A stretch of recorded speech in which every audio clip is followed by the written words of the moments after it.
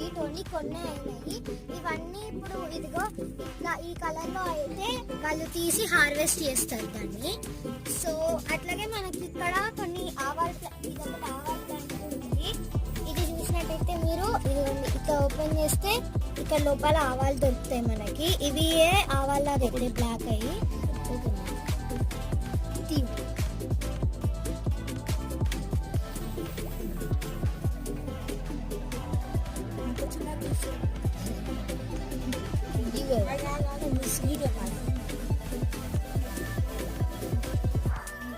మనకి లోపల ఇట్లా గ్రీన్ కలర్ ఉన్నాయి కదా, అవి బ్లాక్ కలర్ ఆవాలు అవుతాయి.